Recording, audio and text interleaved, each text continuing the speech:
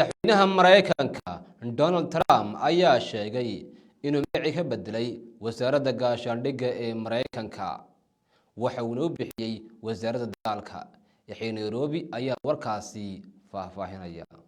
madaxweynaha waddanka Mareykanka ayaa sheegay inuu magacii ka bedelay wasaaradda gaashaandhigga ee dalkaasi Mareykanka waxaana uu sheegay in magacaasi loo bedelay ama se loo guuray wasaaradda dagaalka. warqadda amarka ee uu magacani lagu bedelay ayaa maanta Jimcaha uu madaxweynuhu saxiixi doona. sidoo kalena waxa uu magacii ka bedelay xoghayaha difaaca ee waddankaasi Mareykanka waxaana loogu yeeri doonaa xoghayaha dagaalka. magaca guud ee wasaaradani ayaa la bedelay oo ah sidii ay wasaaradani markii hore u ahayd wasaaradda gaashaandhigga. magacan bedelka lagu sameeyay waxaa la horgeyn doonaa golaha Koongareeska ee Mareykanka si ay u ansixiyaan magaca uu soo bandhigay Trump oo lagu bedelay magacii hore wasaaradda gaashaandhigga waxaana hore u bixiyay madaxweyne George W. Bush. hase yeeshee waxa uu noqday magac bedelkii markii uu dhammaaday dagaalkii labaad ee adduunku. qaar ka mid ah taliyayaasha Trump ayaa u soo jeediyay inuu iska ilaaliyo wax kasta oo keeni kara dagaal maadaama uu sharaxan yahay biladda nabadda adduunka. xitaa magacani ayaa isaguna noqon kara mid sawir kale ka bixiya haddii uu magacaasi ka bedelay wasaaradda gaashaandhigga.